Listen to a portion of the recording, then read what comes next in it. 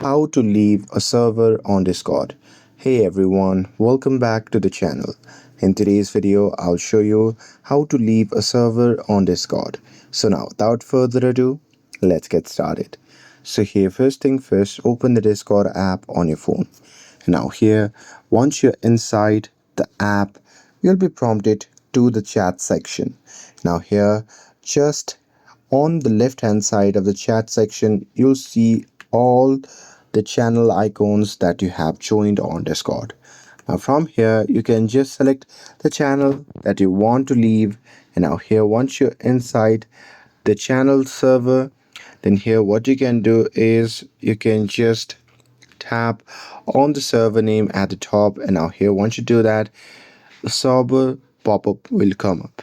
And now here in this section, what you can do is you can just scroll down, and there at the bottom you'll see the option labeled as leave server. So just tap on it and confirm it by tapping on yes. And once you do that, you'll be able to leave the server on Discord. And that's it with this. If you found this video helpful, then don't forget to like, share and subscribe to get updated for more videos. Thanks for watching, and I'll see you in the next video.